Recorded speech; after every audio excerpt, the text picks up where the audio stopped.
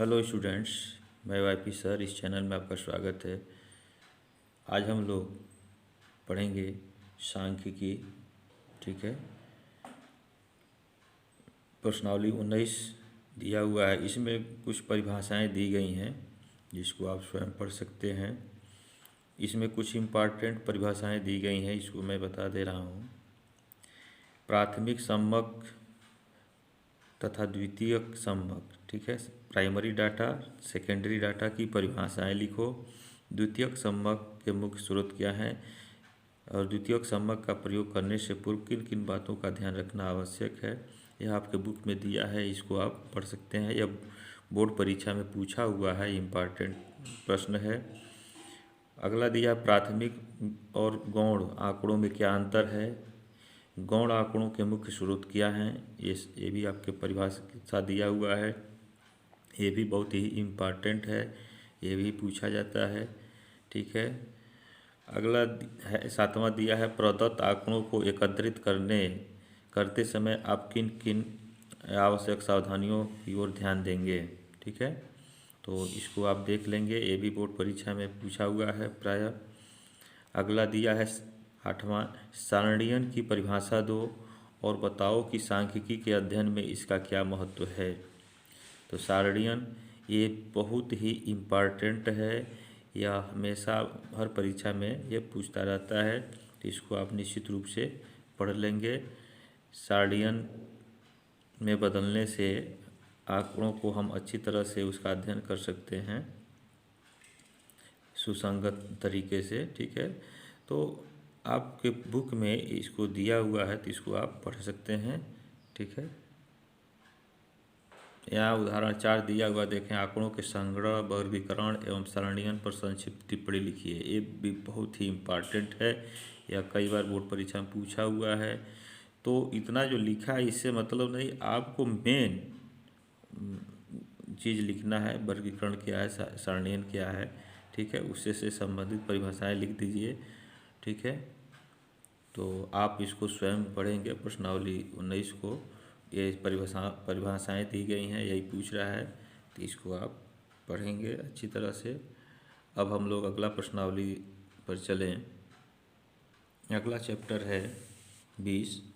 यह दिया हुआ है वर्गीकरण तथा बारंबारता बंटन। ठीक है, क्लासिफिकेशन एंड फ्रीक्वेंसी डिस्ट्रीब्यूशन। तो इसके अंतर्गत देखें, ये वर्गीकरण के मुख्य लाभ दिया हुआ है। तो वर्गीकरण करने से हमको फ़ायदा यह होता है कि समान गुण वाले आंकड़े एक साथ आ जाते हैं। ठीक है, तो उनको हम आसानी से हम उसकी तुलना करके उनको हम समझ सकते हैं। ठीक है, ये वर्ग अंतराल देखें, वर्ग अंतराल के अनुसार उसको हम आंकड़ों को रखते हैं। तो जैसे 10-10 के अंतराल पे, 5-5 के अंतराल पे हम उनको रखते हैं, बांटते हैं उन आंकड़ों को। तो जैसे 0 से 10 के बीच में कितने आंकड़े आते हैं, 10 से 20 में कितने आते हैं, तो इस तरह से अलग अलग हम इसका वर्ग अंतराल निकालते हैं 10 के अंतराल पे। ठीक है,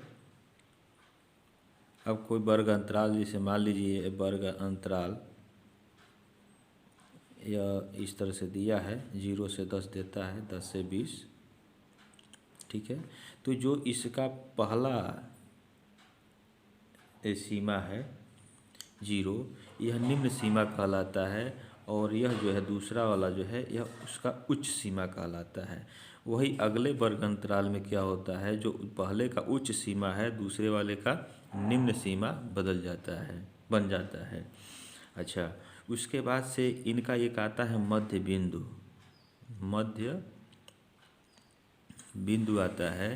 तो 0 और 10 को जोड़ करके हम 2 से भाग कर देते हैं, तो मध्य बिंदु 5 हो जाता है। ठीक, 20, 10, 30, ये 30/2 करते हैं तो 15 आ जाता है।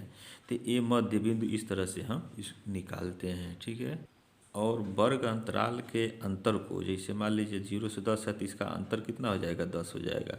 तो इस 10 को हम वर्ग विस्तार कहते हैं। क्या कहते हैं, वर्ग विस्तार कहते हैं। इनके अंतर को हम वर्ग विस्तार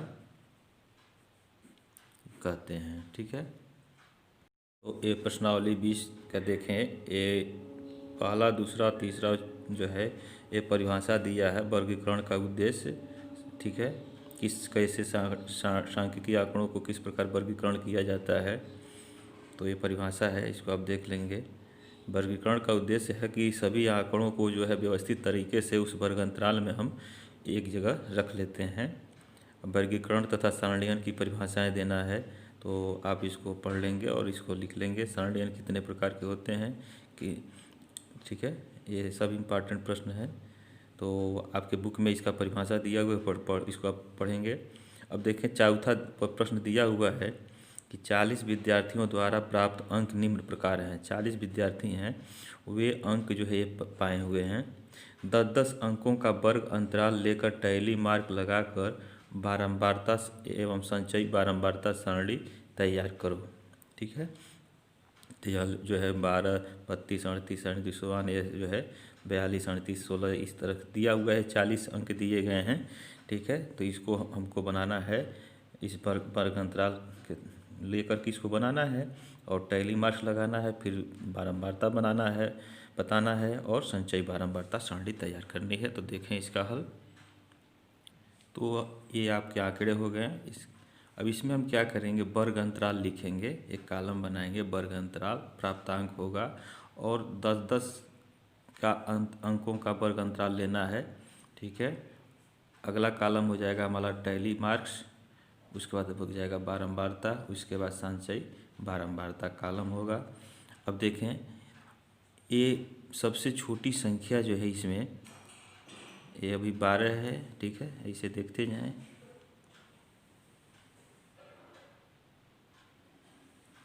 यह 12 है, ठीक है। अब इसमें देखें हम कैसे जानेंगे कि वर्गांतरालों की संख्या कितनी होगी, ठीक है। इसके लिए यहाँ देखें, यहाँ लिखें वर्ग अंतरालों की संख्या। सबसे बड़ी संख्या इसमें देखें, ये 75, यहाँ 76 आ गया, 77 हो गया। सबसे बड़ी संख्या 77 और सबसे छोटी संख्या जो है क्या है, 12 हो गया।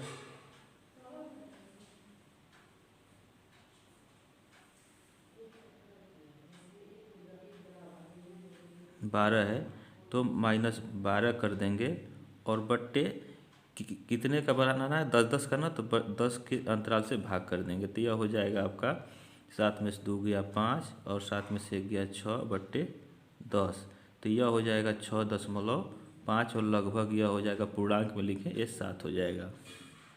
तो यानी वर्ग अंतरालों की संख्या जो है आपका 7 हो जाएगा।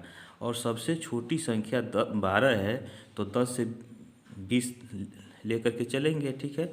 तो देखें, तो यहाँ 10 से 20, 20 से 30, 30 से 40, 40 से 50, 50 से 60 और 60 से 70, 70 से 80, सभी संख्याएं इसमें आ जाएंगी। अब देखें, जो 20 वाला है वो 20 वह इसमें नहीं गिना जाएगा, ठीक है। 20 से कम यानी 19 तक इसमें आएगा। अब 20 वाला जो होगा इस अगले वर्ग अंतराल में आएगा, फिर इस 30 जो होगा इसमें नहीं होगा, इसके अगले वाले में होगा, तो ये ध्यान देना होगा। तो अब देख लें कि 10 और 20 के बीच में कितने संख्याएं हैं। तो देखें, आज जो संख्याएं आपको मिल जाएंगी उसको आप काट देंगे। तो 10 से 20 में देखें, यह 1 है, 1, 2, 2, 3, 3, 3 है, 4, 4, 5, ये 5 हो गए। तो हम क्या करेंगे, 5 लकीर खींचेंगे, 1, 2, 3, 4 हो गया और 5वें से इसको हम काट देंगे। इसको हम टैली मार्क्स कहते हैं। अब इसको संख्या में लिख लें, कितनी है, यह 5 हो जाएगा, ठीक। अभी बारंबारता तक हम लोग लगाएंगे, संचयी बारंबारता बाद में देखेंगे। अब देखें, 20 से 30 के बीच में देखें, तो यहाँ देखें 20 देखते जाएं। यह देखें, यह 1 हो गया, 1 2 2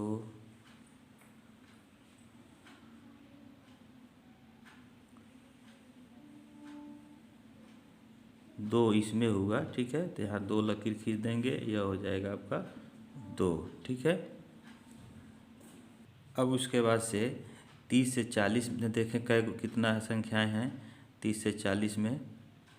तो 30 से 40 में आपको मिलेगा, देखें यह 1 हो गया, 2 हो गया, 2 3 3 4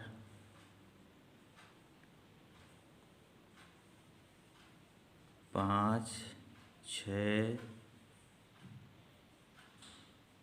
यह 7 हो गया, ठीक है। 7 हो गया।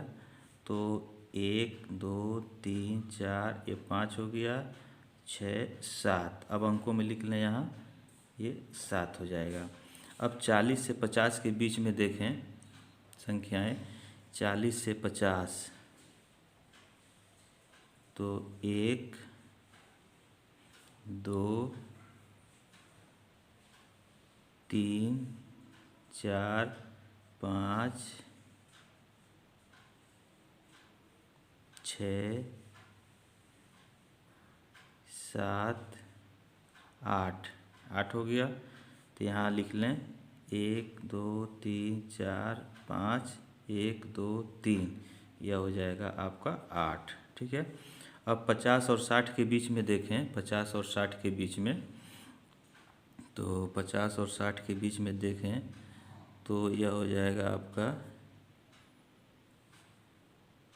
सारी देखें, ये 48 भी, तो ये 40 50 में आएगा, ये 48 50, तो एक और बढ़ जाएगा, तो यह हो जाएगा आपका 9 हो जाएगा, ठीक है। 9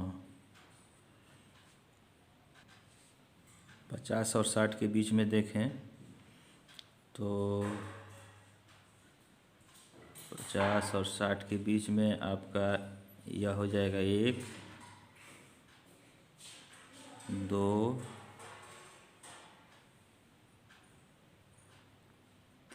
3 4 5 6, 6 हो गया। तो यहाँ जो है हम खींचेंगे टैली मार, 1 2 3 4 5 6, यहाँ जो है 6 लिख लेंगे। अब 60 और 70 के बीच में देखें कितनी संख्याएं हैं, प्राप्तांक हैं 60 से 70। तो 60 से 70 में देखें 1 2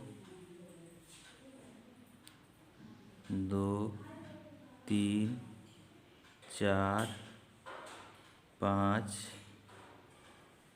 6, 6 है। तो यहाँ हम लिखेंगे 1 2 3 4 5 6, तो यह हो गया आपका 6। अब 70 से 80 के बीच में देखें, 70 से 80 के बीच में 1 2 3 4 5, 5 बचा। तो यह 5 टैली मार्क्स हम यहाँ लगाएंगे, 1 2 3 4 5, और संख्या में यहाँ लिख लेंगे 5, ठीक है। अब देखें, अगर यह हमारा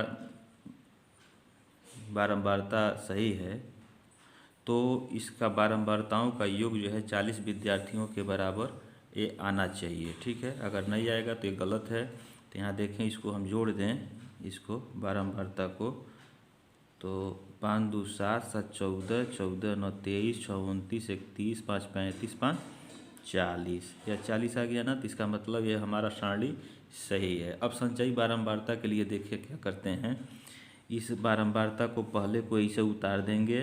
अब इस संचयी बारंबारता को और इस बारंबारता के दूसरे पद को हम जोड़ देंगे, इसको जोड़ेंगे तो 2 का संचयी बारंबारता 7 हो जाएगा। फिर 7 का संचयी बारंबारता 7 धन 7, यह 14 हो जाएगा। फिर 9 का संचयी बारंबारता जो है 14 9 23 हो जाएगा। ठीक है। और 6 का संचयी बारंबारता 6 धन 23 हो जाएगा, यानी यह 29 हो जाएगा। और 6 का जो है संचयी बारंबारता 6 धन 29, तो 9 6 15, 2 1 3 हो जाएगा।